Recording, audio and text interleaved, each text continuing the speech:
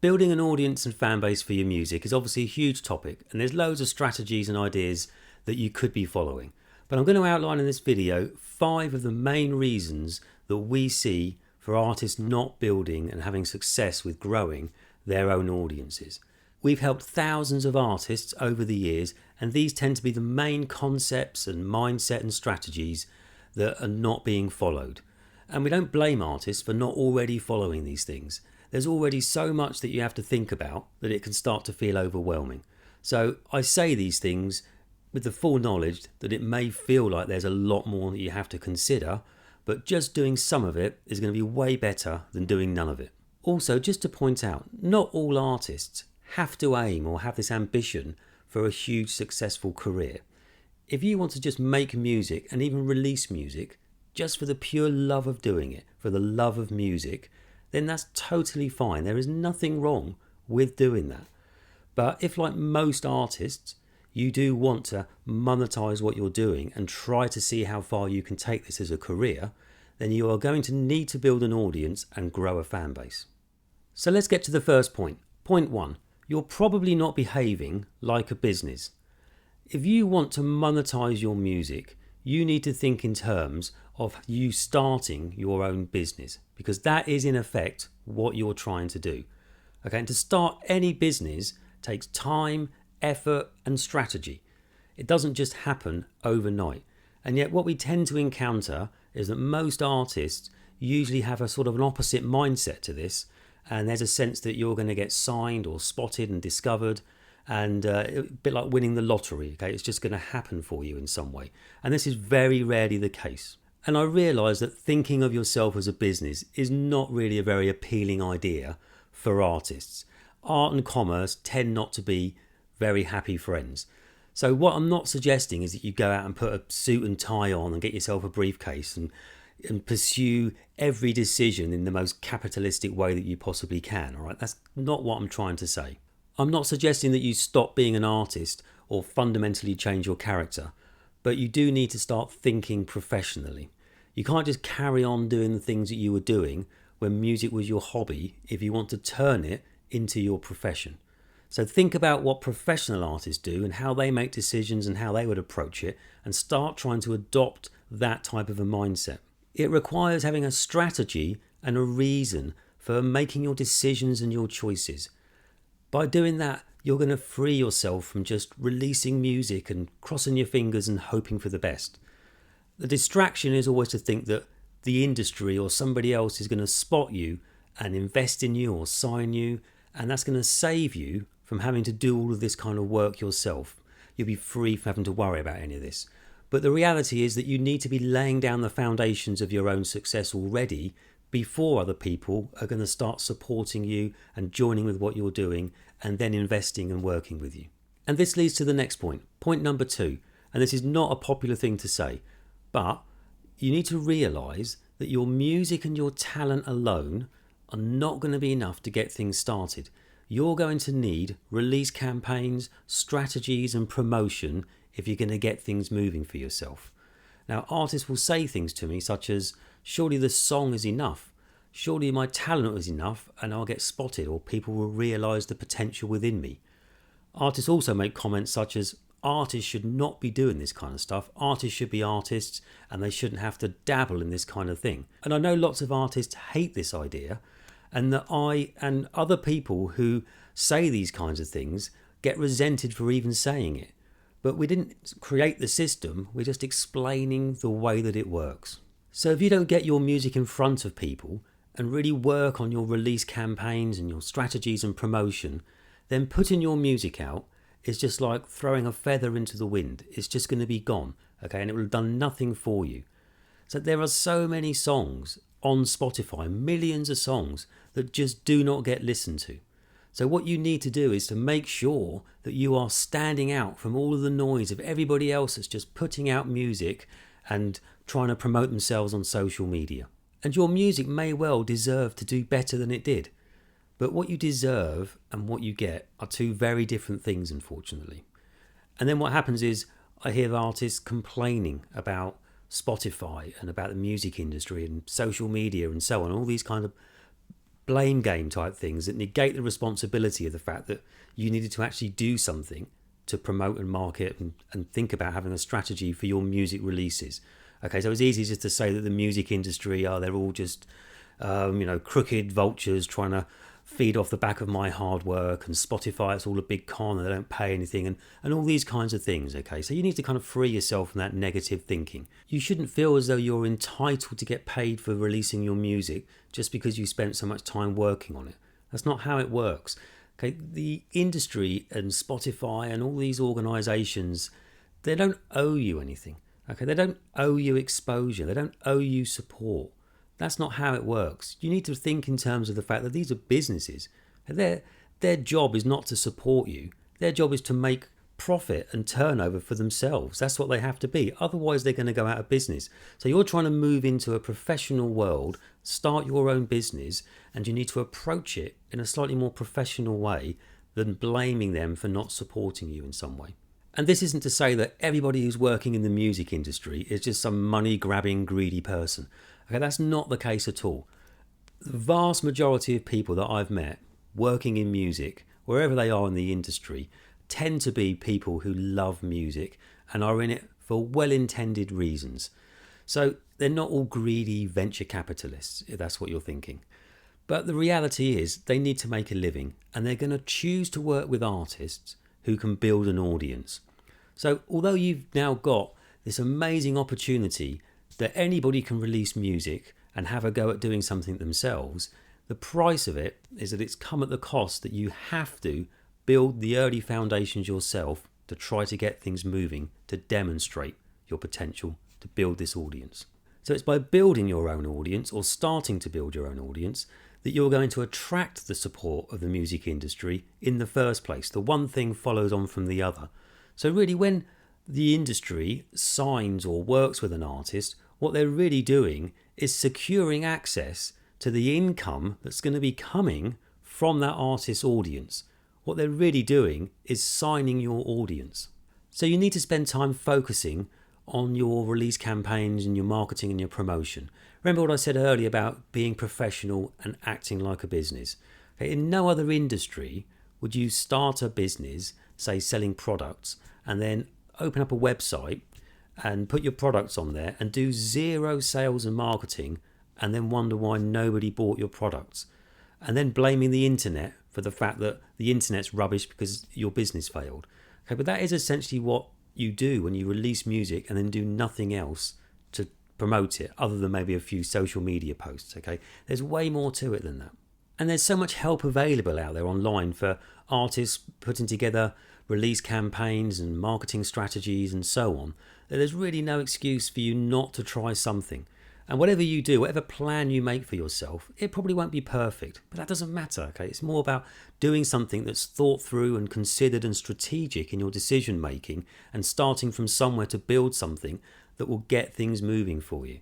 All right, so there's also services. I mean, we coach artists on this sort of thing all the time. So there's loads of different things that you could do to engage with stuff that's out there to make it better for yourself. Next up, point number 3.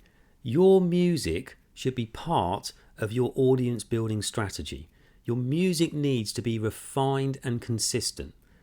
It's very common to see artists only really see the music from their own perspective, and that's totally understandable, really.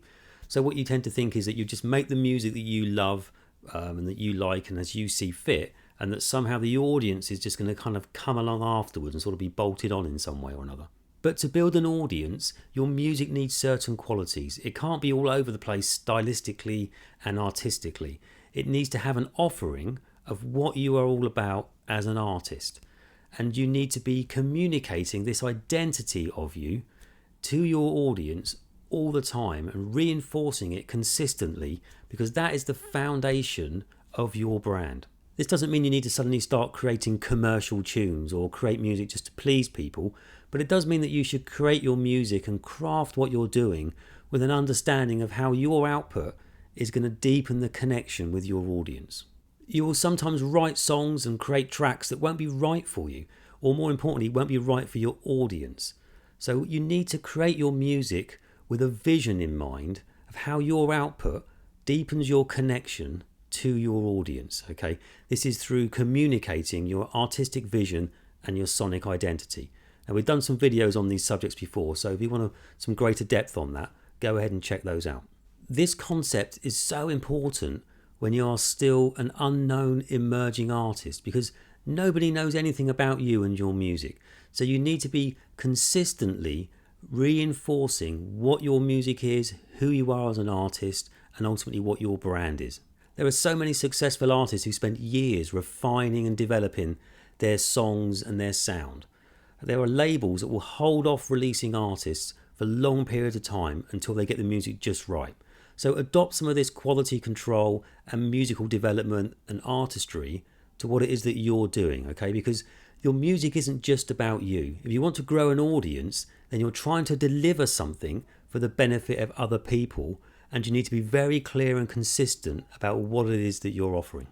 Okay, point number 4 is not knowing who your audience is. So stop thinking that your potential audience is everybody in the whole world.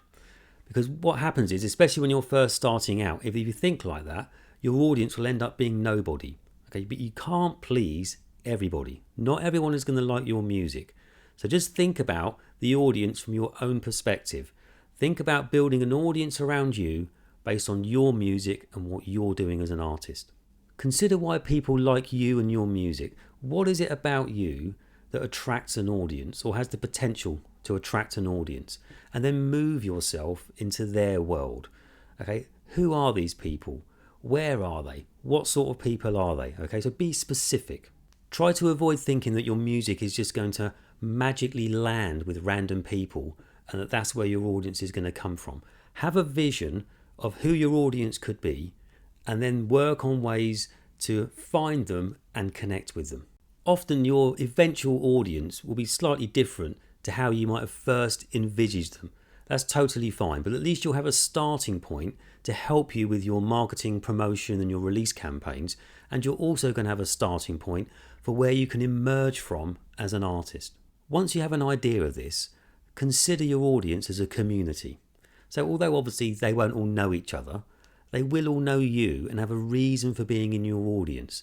So think about what it is that you're delivering for your audience. Okay? For them to become a fan base, okay, you need to be delivering something more than just a couple of good tunes. Your audience are there for what they get out of it.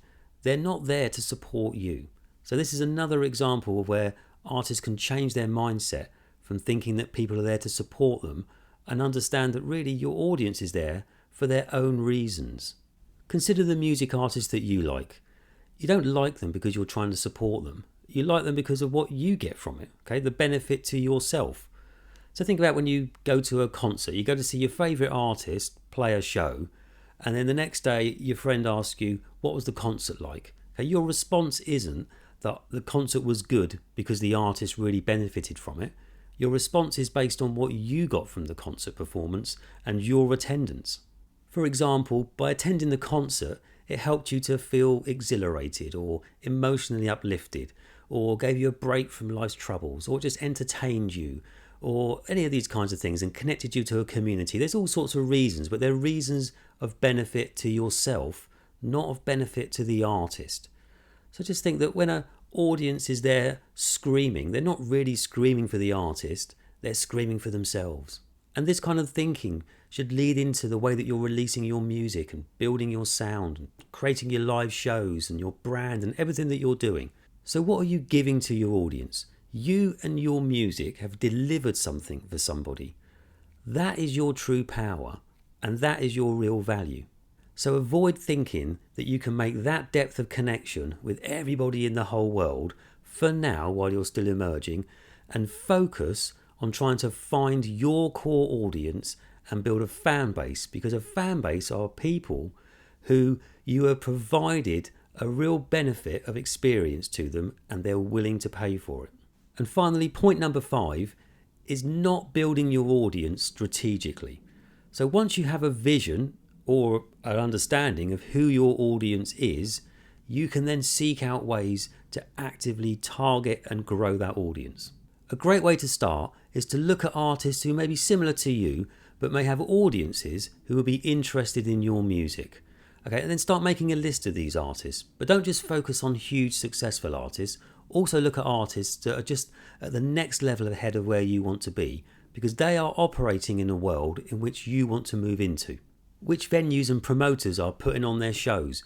Which press and radio are supporting these people? These are prime targets for you. These artists are also people that you will want to try and support on tour. Another thing to do is to look at your own data. Look at your social media statistics and all the information that it gives you. There's loads of things that you can find out about who's engaging with you the most, and you can start getting a profile of who your audience is. You can also get great information from your distributor as to who's listening to you and who's streaming your music. Start working towards putting your music in front of people that might actually be interested in your music. Think about how that can inform your campaigns, your promotion, your advertising, and so on. Be targeted. Find your area of the industry to build around yourself and carve out your own ecosystem that's relevant to you. And make sure you're highly engaged with your audience. Give them something of value. Don't just be always begging your audience to go and check out your new release all the time, okay? You need to be replying to them, responding them, asking them for feedback even, but treat them like they're a valued member of your community. Once you start building an audience like this, then you can start working on converting these into a core fan base who are going to help you monetize what you're trying to achieve. Now, there's a whole other world of strategies and things to do to try to convert this into a fan base for you. So we're not really going to go into this here, but none of those things are going to work if you haven't already done all of these things to help you grow that audience. All of these points covered take time. Okay, you're not going to build an audience overnight. These are real people who have their own reasons for engaging with what you're doing. So even if you were to have a viral hit, say, that's not going to solve all of your problems and make things instantly happen for you, because you need a depth, a consistency, and a real connection with people over time to build an audience and a fan base. But you can do this. You can adopt these strategies and these concepts, and you can start putting yourself on that path to building your own audience. I hope that's been useful for you. If it's been helpful, please let us know in the comments below. We always like to hear from you, and we'll see you next time.